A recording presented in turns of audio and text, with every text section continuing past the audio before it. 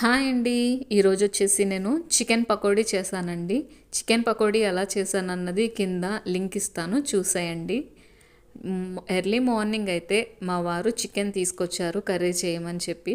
అంతట్లోపు మా చైతు, యశు ఇద్దరు వచ్చి అమ్మ చికెన్ పకోడీ తినాలని ఉందమ్మా అని అడిగారండి. వాళ్ళనైతే ముందు నేను తిట్టి ఇప్పుడు ఎప్పుడు పడితే ఎప్పుడు వస్తాయని చెప్పి తిట్టి పంపించేశాను. వాళ్ళకి సర్ప్రైజ్ ఇద్దామని నేను అలా తిట్టానండి. వాళ్ళైతే పాపం చాలా డల్గా కూర్చున్నారు. అంతట్లోపు పకోడీ వేసి వాళ్ళకి సర్ప్రైజ్ ఇచ్చానండి. వాళ్ళ రియాక్షన్ ఎలా ఉందో ఇప్పుడు మీరు చూడండి. మా చైతు అయితే నాన్ వెజ్ పిచ్చి అండి. నాన్ వెజ్ అంటే చాలా పిచ్చి. పెద్దవాళ్ళు తిన్నట్టు చూడండి, వాడు నిమ్మకాయ పిండుకొని తింటున్నాడు. వాడైతే చాలా హ్యాపీ. నాన్ వెజ్ వాసన రావడం మొదలు అమ్మా ఏం కూరమ్మా అని అడుగుతాడండి. మా పిల్లలిద్దరికీ అయితే ఈ చికెన్ పకోడీ చాలా బాగా నచ్చింది. మీరు కూడా ఒకసారి చూసేయండి. బాయ్.